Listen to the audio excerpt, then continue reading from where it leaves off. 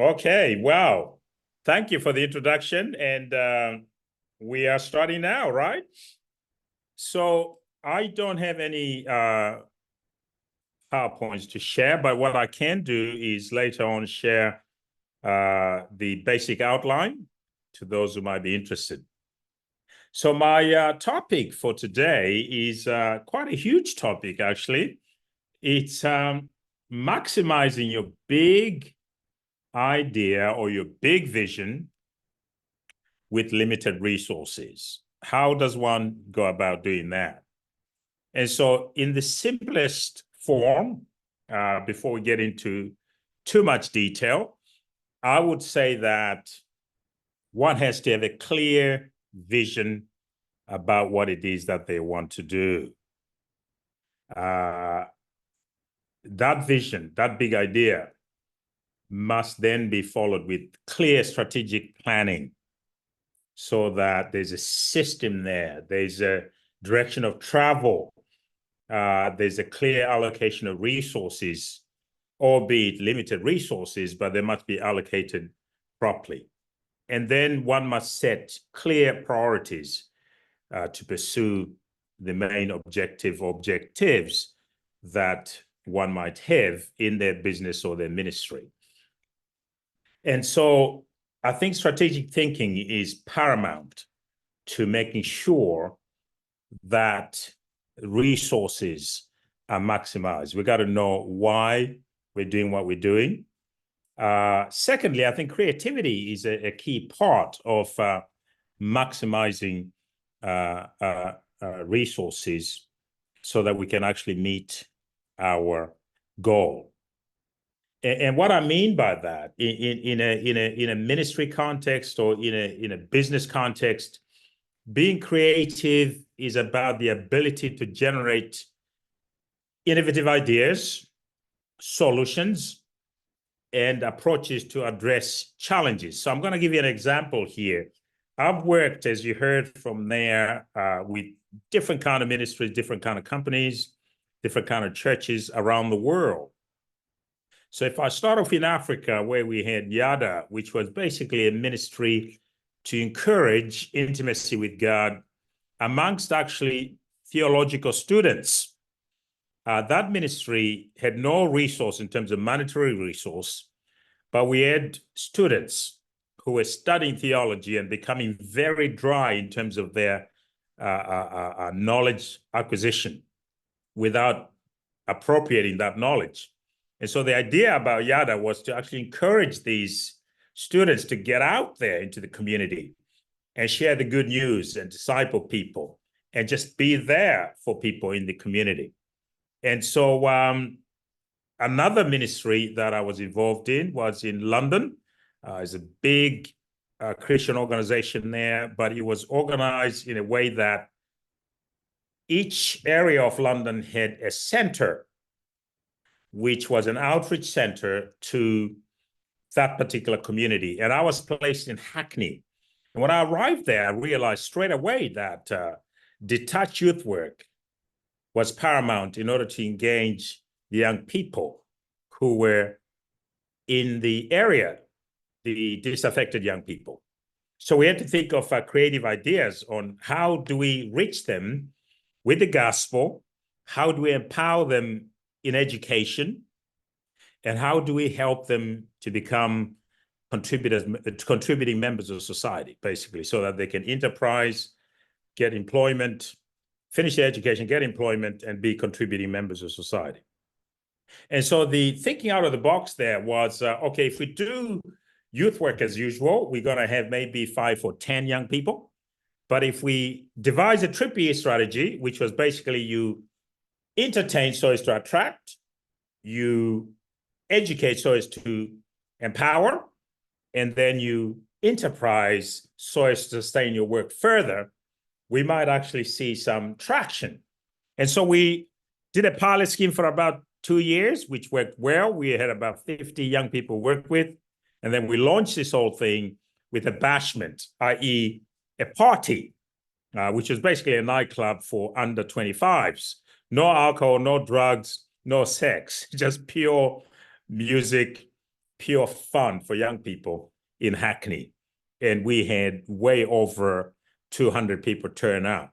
And in the time period that we worked there in terms of creativity, we reached over, I think, 10,000 young people in Hackney, Tower Hamlets, and Islington over a 14-year period. So we had to think out of the box and say, what can we do to attract these young people? And then, of course, I was involved in a business. I spent about 5 years running a commodities trading business. And again, I had to think out of the box there. It was me and the little resource I had, and I was selling basically coal, diamonds, and gold in the end across the world. But the platform was in Southern Africa, and I was based in Sandton, South Africa. So I realized I didn't have enough money to really employ people. So the thinking out of the box there, everybody I worked with was self-employed, and they were consulting. And so we ended up going around the world with this commodities trading company. And then more recently, I was a chief executive officer of the Derby City Mission. When I arrived there, we had 3 people, quite a lot of volunteers, actually, about 270 volunteers, and a lot of churches supporting us there. What we're doing is addressing symptoms in the main, meeting immediate need. And when I arrived there, I commissioned some research. This is, again, thinking out of the box. I said, what can we do to really address causes? And then the result of the research showed us 5 influences, 5, from broken relationships to mental health issues, to addictions, to low skills or no skills, and indeed criminal behavior. Then we thought, how do we actually address these causes? So I started thinking about collaboration and partners. How could we raise more resources? Because any one of those things are actually a huge issue on their own rights, really. And I was thinking, how do we do that? So we were not experts in any of those areas. So we had to work with people who were subject matter experts. So we created a facilitating platform where we could work with the government, with other charities, and businesses. And I was able to see my staff team grow from 3 to about 30 at one point. In fact, by the time I finished my time there, which I'd worked, I think, for about 6 years, I'd employed 99 people. In that time, I think my highest sort of staff team was about 50. And that's a huge liability in terms of actually paying people every single month, plus all the other infrastructural things and other inputs we needed to get this work going. But what actually happened there was when we started addressing causes, we started seeing more resources come our way to help people with either addictions or mental health or housing and all the wraparound service that goes with that. So one has to really think out of the box. You got to be creative in order to meet the need.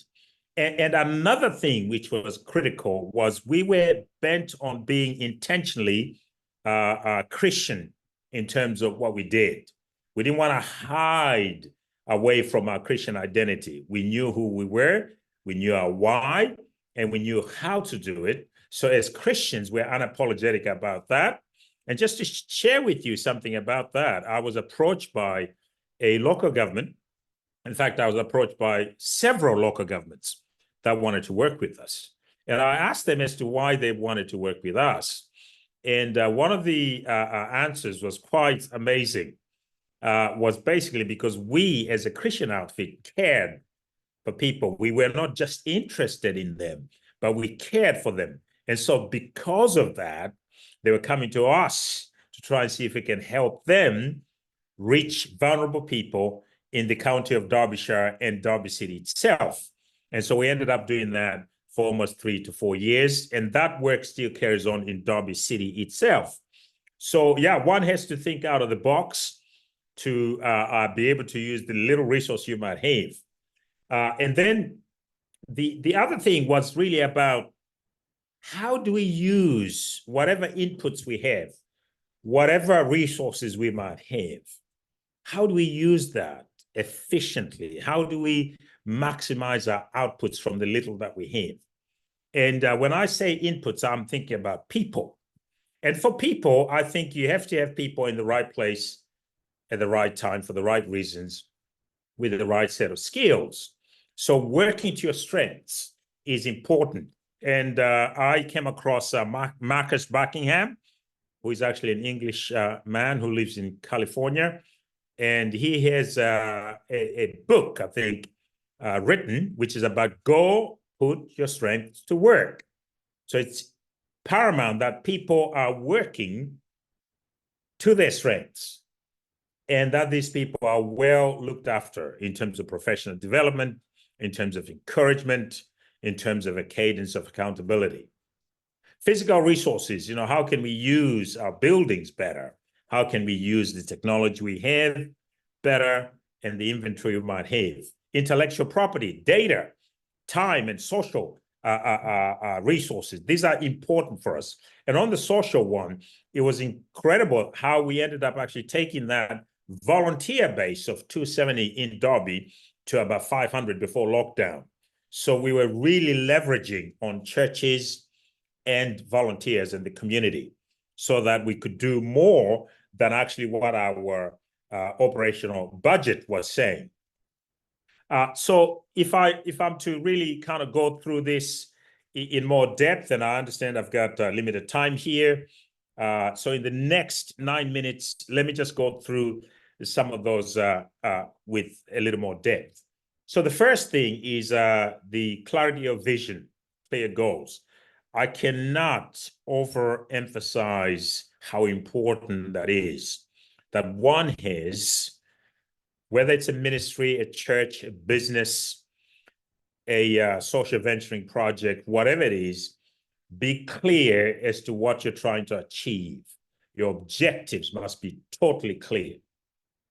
And focus on the most impactful aspects of your vision.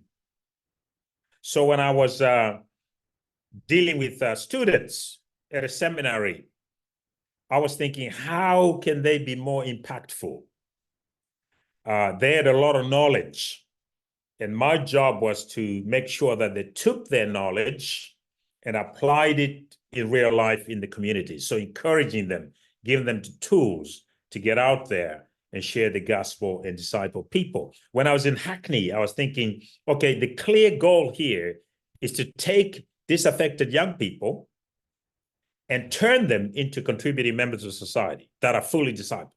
And how do we do that? So we devised that Triple E strategy, which was to entertain them. So we ran nightclubs, we had a music studio, we had a youth club, a games room, we had sports.